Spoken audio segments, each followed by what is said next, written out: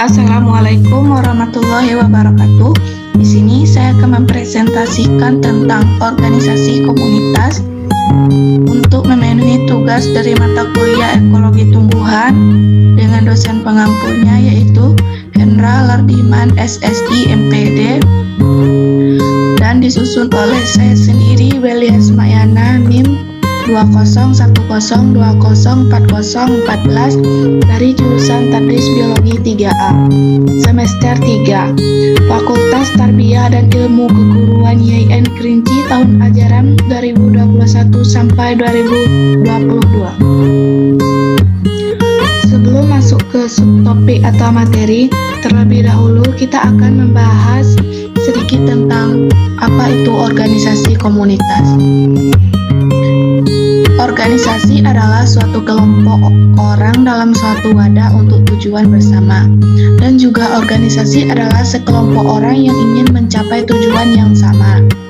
Komunitas merupakan suatu kelompok yang terdiri dari berbagai individu yang memiliki kesamaan atau kemiripan ciri, minat, aktivitas, bahkan profesi dalam suatu lingkup tertentu. Komunitas merupakan suatu kelompok yang terdiri dari berbagai individu yang memiliki kesamaan atau kemiripan ciri, minat, aktivitas, bahkan profesi dalam suatu lingkup tertentu. Baiklah, lanjut ke subtopik atau materi yang akan kita bahas pada hari ini, yaitu A. Konsep komunitas biotik, B. Intrakomunitas dan konsep dominan, C. Analisa komunitas. Baiklah, langsung saja ke materi pertama, yaitu A. Konsep komunitas biotik. Komunitas biotik adalah kumpulan populasi-populasi apa saja yang hidup dalam daerah atau habitat fisik yang telah ditentukan. Komunitas biotik juga sebagai suatu kumpulan dengan kesatuan komposisi taksonomik, serta secara relatif tampak seragam. Konsep komunitas adalah salah satu dari asas-asas dalam pemikiran dan praktek ekologi yang paling penting. Victor E. Selford, komunitas biotik sebagai suatu kumpulan dengan kesatuan komposisi taksonomik serta secara relatif tampak seragam. Dominasi dalam komunitas yaitu organisme yang melakukan kontrol terbesar dalam kelangsungan hidup suatu komunitas atau spesies yang dalam tropik level mempunyai produktivitas terbesar. Organisme yang dominan secara ekologi adalah organisme yang menguasai laju aliran energi dan mempengaruhi secara kuat lingkungan dan organisme lainnya. Derajat pentingnya dari sebuah dominan dikuantifikasi dalam indeks dominasi. Biasanya yang menjadi faktor utama adalah jumlah dan biomassa. Dan adapun konsep diversitas spesies mempunyai dua komponen, yaitu keragaman diversitas jenis dalam komunitas. Yang pertama, kekayaan, yang juga disebut sebagai densitas populasi yang berdasarkan jumlah total spesies yang ada. Yang kedua, evenness, yang berdasarkan pada kelimpahan relatif atau ukuran lain penting spesies dalam derajat dominannya. Nisbah antara jumlah jenis dan nilai-nilai penting atau jumlah biomas, produktivitas, dan lain-lain.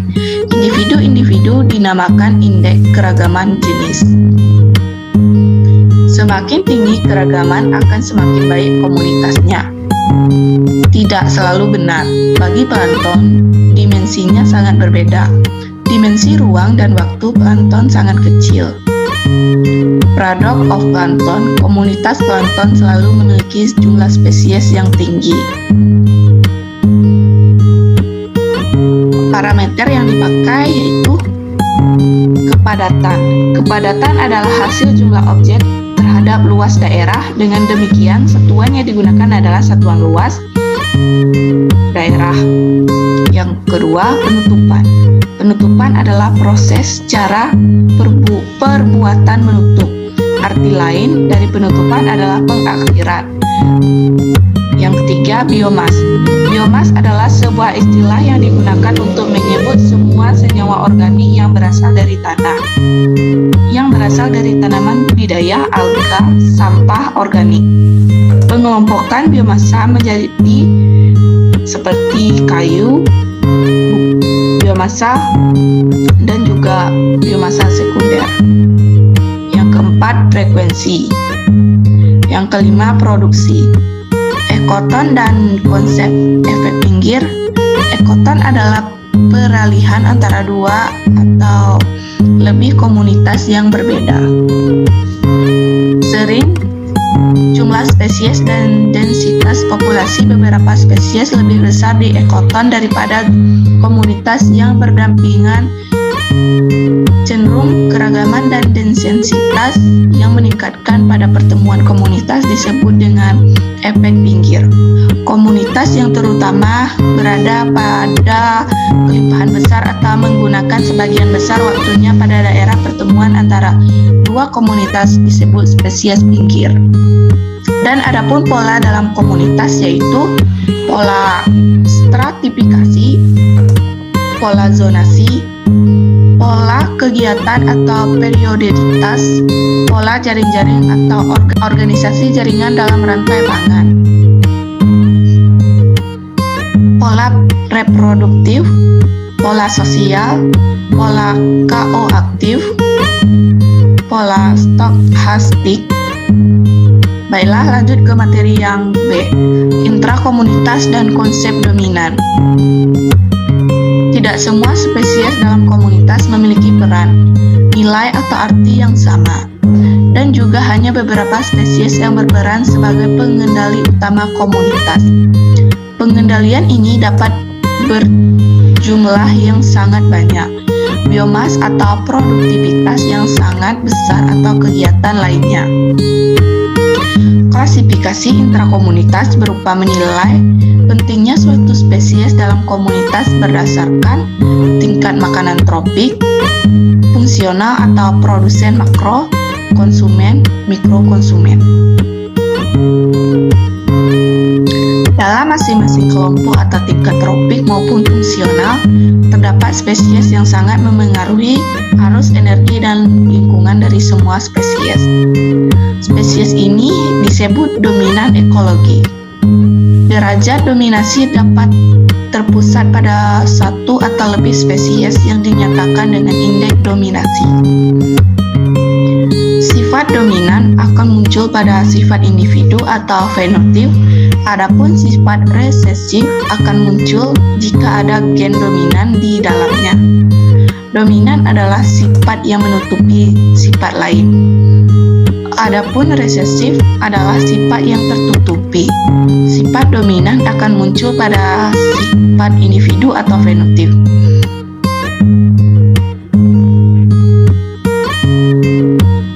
Manusia sebagai organisme yang dominan secara ekologis.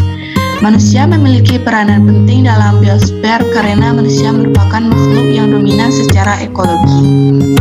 Manusia mampu memberikan pengaruh yang besar terhadap lingkungan tempat hidup atau terhadap organisme lain.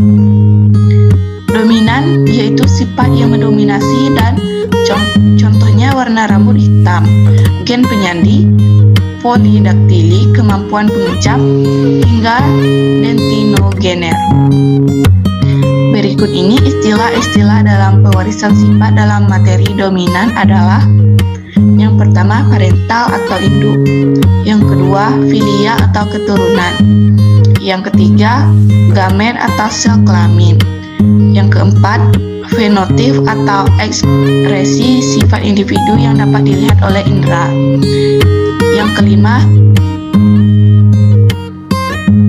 ekspresi sifat individu yang tidak dapat terlihat dan terekspresi dalam gen. Yang keenam, dominan, sifat yang muncul atau menutupi sifat lain. Yang ketujuh, resesif, sifat yang tertutup sifat lain. Kelapan, homozigot, susunan gen pada organisme yang memiliki pasangan alel yang sama, misalnya MM, TT, KKLL, dan KKLL kecil. Yang ke-8, heterozigot, Susunan gen pada organisme yang memiliki pasangan alel yang berbeda, misalnya M besar M kecil, T besar T kecil, K besar K kecil, L besar L kecil. Yang ke-10, intermediate. Sifat baru muncul hasil persilangan kedua induk yang sama kuat. Ke-11, alel. Pasangan gen dari dua kromosom homolog yang terletak pada lokus yang sama. Ke-12, lokasi khusus gen dalam kromosom. 13, jalur murni. Tanaman yang memiliki keturunan yang sama dari generasi ke generasi. Baiklah, lanjut ke materi terakhir atau C. Analisa komunitas. Komunitas dapat diklarifikasikan menurut 1. Habitat fisiknya, hutan tropis, laut. Yang kedua, bentuk atau sifat strukturnya, spesies dominan, bentuk hidup, dan indikasi lain. Yang ketiga, sifat atau tanda fungsional, tipe metabolisme komunitas. Tidak ada peraturan yang pasti dalam mengklarifikasi komunitas, tetapi klasifikasi berdasarkan fungsional akan memberikan gambaran lebih untuk membandingkan semua komunitas dalam habitat yang sama, yang sangat berlainan atau daratan, laut, dan air tawar.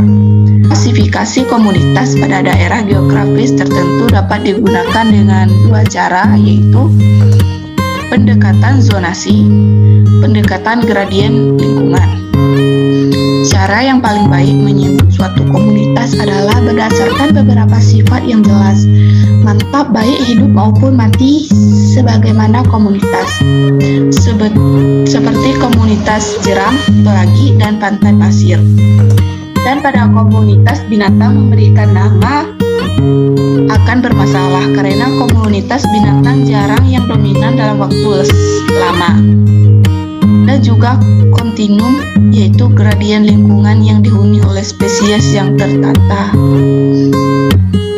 Setelah menemukan bila adanya indikasi penindasan, maka pekerjaan sosial harus bisa mengendalikan potensi penindasan semakin meluas dan mengubah cara-cara tertentu sehingga tidak terjadi praktek diskriminasi konten, mencarikan sistem sumber yang bisa memenuhi kebutuhan masyarakat dan caranya. Baiklah, itu saja yang dapat saya sampaikan. Lebih dan kurang saya mohon maaf. Sekian dari saya ucapkan terima kasih dan saya tutup dengan wabillahi taufiq wal hidayah. Wassalamualaikum warahmatullahi wabarakatuh.